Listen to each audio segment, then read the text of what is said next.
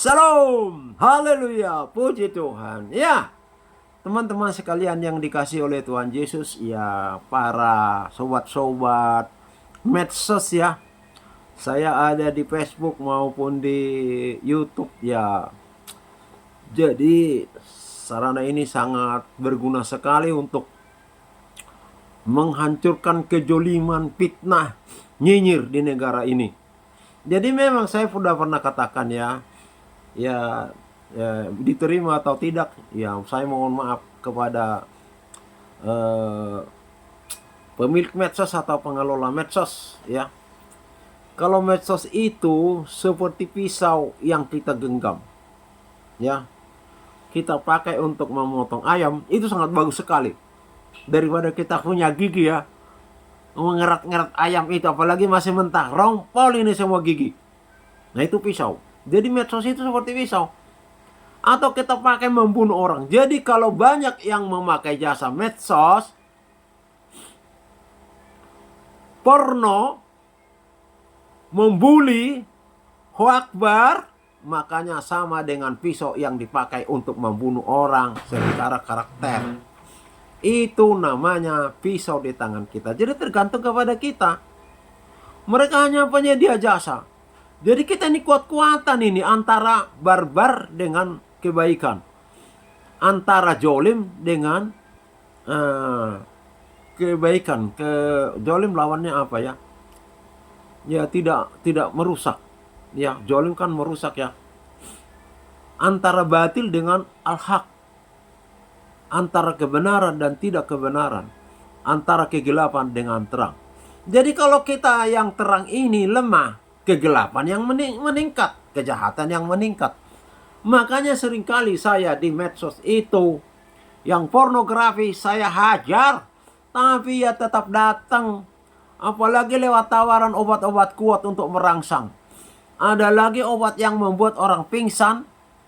Jadi itu perempuan-perempuan disirap, udah langsung ketiduran. Nah itu bisa diperkosa. Saya sudah bolak-balik ngomong itu ya udahlah, langsung aja di Facebook lah. Kalau medsos kan nggak boleh menyebut nama, katanya itu promosi ya.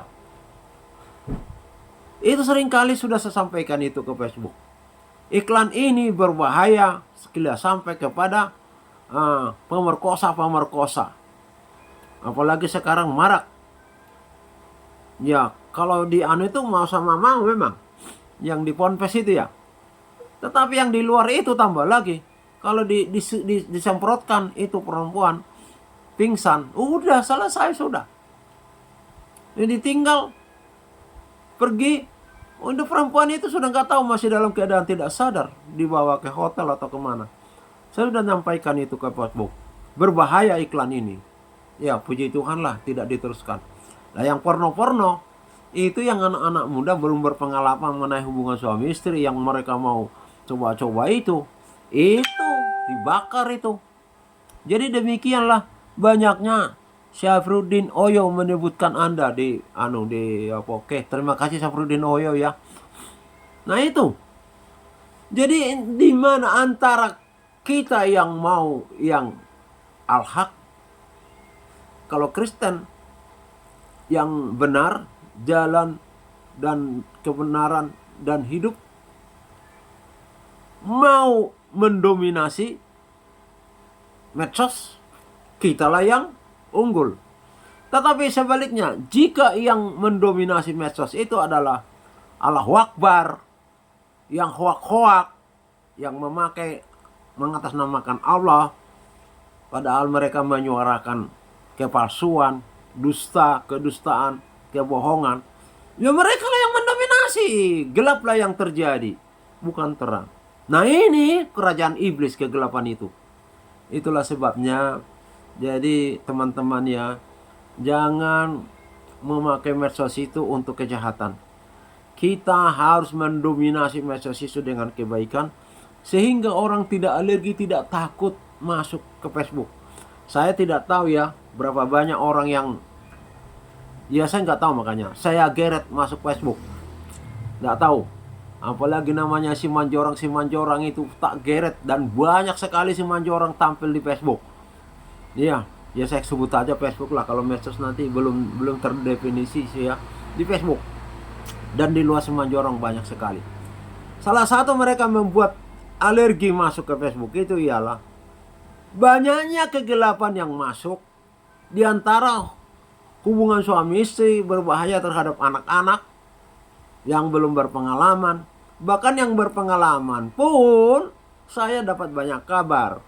Bermain mereka di medsos, di messenger, melakukan hubungan intim di darat. Itu kan di udara kalau medsos itu ya. Dan bahkan ada yang cerai. Nah itu makanya tadi, tergantung kepada kita. Itu sudah punya suami, diceraikan sama istrinya. Itu si suami sudah punya istri, sudah punya anak-anak mereka, diceraikan lagi. Aduh, kasihan itu anak-anak generasi penerus bangsa itu, kasihan. Jadi dampak negatifnya lebih cepat daripada dampak positifnya. Tidak banyak orang, karena kalau kebaikan itu tidak dibakar oleh hawa nafsu setan, syahwat. Tapi kalau negatif itu, keburukan itu, kegelapan itu dibakar oleh hawa nafsu syahwat dari setan, menggebu-gebu malahan. Tapi setelah dilakukan, setannya pergi, tinggallah penyesalan. Tapi setan mengomong-ngomongi, apalagi sudahlah, apalagi perempuan ya, sudah kehilangan perawan ya, sekalian mandilah, sudah tenggelam. Wah ya, udah cari pelakor, sudah merusak. Jadi banyak juga yang orang-orang yang semacam itu datang ke gereja mencari mangsa. Sama dengan medsos itu. Kalau gereja itu tidak lebih kuat pengaruh dari terang Kristus, kegelapan itulah yang terjadi. Jadilah di situ ada pendeta memperkosa anak angkatnya. Karena gereja itu gelap, meskipun namanya gereja Roh Kudus. Itu peristiwa yang dahsyat itu, mengerikan, dan Tuhan katakan pembalasanku ngeri. Itu Ibrani 10 ayat 31. Pembalasanku ngeri. Jadi kalau pembalasan Tuhan itu tinggal perkara neraka dan surga. Kalau pembalasan di luar itu diserahkan Tuhan di pemerintah. Roma berapa itu? 10 ayat 29 atau berapa? Saya lupa itu. Itu diserahkan kepada pemerintah. Tapi di luar itu, mengenai surga dan neraka, itu pembalasan yang sangat mengerikan yang disebutkan Tuhan. Ya, kalau teman muslim berkata ada langit di atas langit, ada hakim di atas hakim. Jadi hakim sama jaksa sama polisi, Anda pun akan leren, akan pensiun, akan setelah itu kembali memudar dan kembali ke alam baka. Di sanalah kita akan dihakimi. Sudah tidak bisa lagi kembali ke bumi. Dah, telat semua sudah itu. Jadi penyesalan kita di sana sangat menyiksa kita dan menyesal. Di sana terus terang benderang hati kita, tidak ada lagi menutupi. Sudah. Dan mengapa saya dulu tidak memperbaiki hidup? Mengapa saya korupsi, mengambil uang orang, uang negara? Mengapa saya tidak ikut Yesus? Sudah ditawar-tawarkan kepada saya, hanya darahnya yang dapat menyucikan perbuatan-perbuatan korupsi, asusila, dan segala macam saya. Kalau tidak akan ada orang yang bisa keluar dari setan korupsi, setan maling, setan amarah, setan provokasi, setan selingkuh, setan cabul. Jadi nggak gampang. Makanya Ponpas itu ada pemilik Ponpas berkata, ada semacam saya yang mendorong saya melakukan perbuatan cabul itu. Setan itu namanya. Karena setan bisa menyerupai apapun. Bahkan bisa menyerupai Yesus. Banyak setan menyamar di udara. Jadi itulah makanya yang kuat-kuatan yang kita mau paling mempengaruhi, yang jolim apa yang baik, yang indah, yang yang ikhlas, yang jujur, yang itu lawan kata dari jolim dan fitnah itu. Jadi memang makanya di Indonesia ini juga seperti itu, seperti di medsos. Itu saling mempengaruhi itu alam roh dan juga muncul nantinya di alam nyata. Itu banyak sekali teman-teman di medsos sudah mengeluh pelayanan hukum sudah amburadul. Itu hukum sudah diinjak-injak oleh para penegak hukum yang oknum-oknumnya seperti itu. Salah satu yang saya kenal sendiri yang bolak-balik setiap ke gereja ketemu adalah Ibu Yetiwati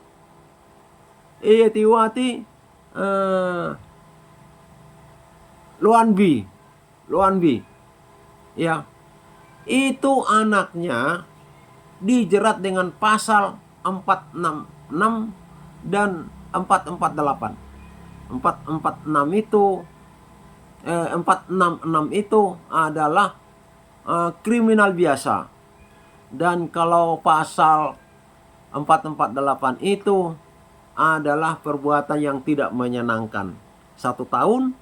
Kalau pasal 466 itu 2 tahun 6 bulan tidak salah. Jadi kalau di total itu atau ya dipasang itu yang mana ya. Dan atau bisa 2, bisa 1. Tergantung nanti pembuktiannya di pengadilan. Bisa 3 tahun 6 bulan. Nah, saya diceritakan terus, tapi saya mau bilang apa? Saya bukan pengacara. Saya memang mengerti sedikit-sedikit hukum karena saya juga menangani perkara tanah saya ya, sehingga mengerti sedikit-sedikit hukum.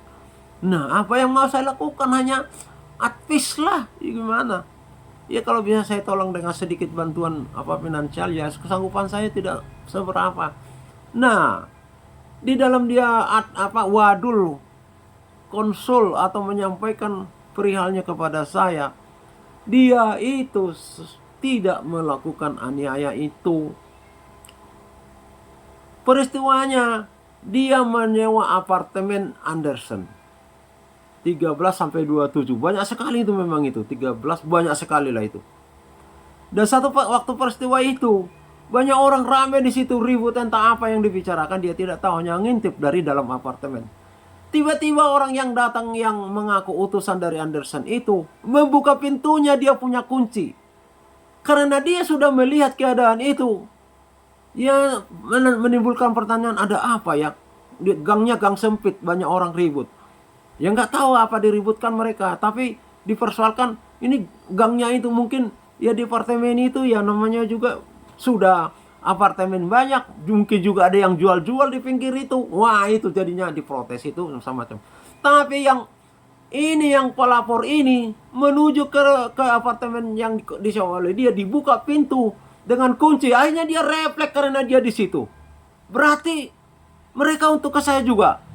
Jadi pikirannya langsung menutup pintu, tetapi di sana mendorong, katanya disertai oleh 10 oknum dari kepolisian, lakar santri. Itu sudah di pengadilan segala macam, itu sudah sampai pada pra-peradilan itu institusinya. Nah, dalam keadaan dorong-dorongan itu si ET ini, anaknya Bu Yetiwati ini kena pintu lah, bengkak. Nah, dari sana katanya luka lutut, tetapi yang di visum et repertum akhirnya adalah mata kaki.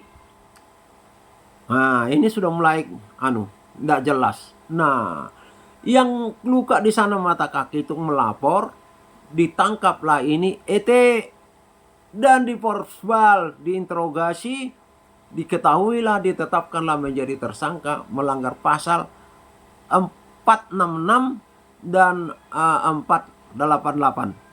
Nah, ini ET sudah didampingi oleh pengacara, dan pengacaranya sudah mengajukan mediasi. Tetapi ke saya, ET ini merasa lambat itu mediasinya. Dia minta restoratif justice atau RJ atau perdamaian restorasi. Nah, saya sudah buatkan, saya minta ditandatangani lewat pemeriksanya, penyelidiknya oleh ET supaya dinaikkan ke Bapak Kapolrestabes Surabaya. Jadi dia meminta dukungan doa kepada Ibu Darniati, Gembala Sidang Tiberias, dan semua hamba-hamba Tuhan, semangat agar kiranya Tuhan membuka hati daripada pelapor ini mau berdamai. Persyaratan RJ sudah ada di surat itu, tinggal dia menandatangani untuk dinaikkan ke Bapak Kapolres Tabes Surabaya sampai kepada penyidik untuk dipertemukan dengan kuasa hukum pelapor atau pelapor. Nah, ini doa daripada permintaan doa daripada Ibu Yetiwati. Tolong Ibu Gembala supaya hati mereka dilunakkan, dijamah oleh Tuhan Yesus, baik pelapornya terutama. Ina siapa itu, supaya ada hati yang ikhlas untuk berdamai. Dan dia juga memintakan di gereja bolak-balik doa supaya Tuhan mendorong mereka untuk berdamai, meskipun bukan dia yang pelakunya, tetapi dari sana yang punya saksi-saksi. Dia tidak melaporkan hal itu, tapi sana yang duluan. Jadi sana yang diproses, dan anaknya Ibu Yeti ini sudah ditahan. Dan ET ini sangat terpukul karena dialah yang didatangi, pintu apartemen lala yang diroprak sehingga kena mukanya dan bengkak, sudah divisum katanya, tetapi hanya bengkak, terus akhirnya tidak dipergunakan. Yang dipergunakan adalah visum pelapor. Nah, inilah makanya dunia ini terbalik. Apa yang saya sampaikan tadi, bahwa kegelapan itu sudah lebih membangkang di RKI ini, sudah lebih membumi, sudah masuk di medsos itu, sudah bolak-balik. Banyak sekali kasus terungkap di medsos. Jadi terima kasih ya medsos ya, sangat luar biasa jasa Anda memberikan pelayanan supaya terang itu lebih menguasai, mengusir kegelapan. Ketidakadilan itu disirnakan oleh terang kebenaran. Nah ini, jadi makanya saya bilangin, akan bisa terbukti, akan bisa menjadi sinyal, menjadi kenyataan. Apakah di NKRI ini lebih masih mendominasi kebenaran yang al-haq atau yang batil? Nah ini, kalau yang muncul itu yang batil, ini menjadi satu tanda, menjadi satu bukti bahwa memang sudah kegelapan, kebatilan yang lebih mendominasi, kejoliman, fitnah, nyinyir, provokasi. Provokasi tidak benar. Kalau benar tidak pakai namanya provokasi. Apakah itu yang lebih membumi di NKRI ini? Jadi Ibu Gembala Sidang yang kami hormati, karena saya menyaksikan sendiri dan mengalami sendiri, Ibu Yeti ini sudah 68 tahun, sudah lansia, sudah sering terganggu kesehatannya, mengurusi anak-anaknya ini satu-satunya. Keluarga menyalahkan ini orang, karena mengapa sampai di penjara, sudah pikiran mereka melakukan kejahatan. Dari apa yang mereka sampaikan dan saya sampaikan ini, saya melihatnya bukan dia yang pelaku kejahatan. Kalau ini benar ngomongannya, ceritanya, nanti ke pengadilan ini juga akan disampaikan. Jadi sebelum ke sana, pencari nafkah satu-satunya adalah ET, anak tunggal daripada Ibu Yetiwati Loanvi ini. Tolong Ibu dan semua jemaat gereja Tiberias, dan juga semua hamba-hamba Tuhan, dan semua pengerja-pengerja, mohon supaya terketuk hati Bapak Kapolres Tabes Surabaya, juga Kanit Resmob atau Kanit Reskrim, dan semua penyelidiknya diberikan terang Kristus supaya mereka mengetahui bahwa duduk perkaranya seperti itu. Terpujilah Bapa kekal selamanya. Haleluya. Amin.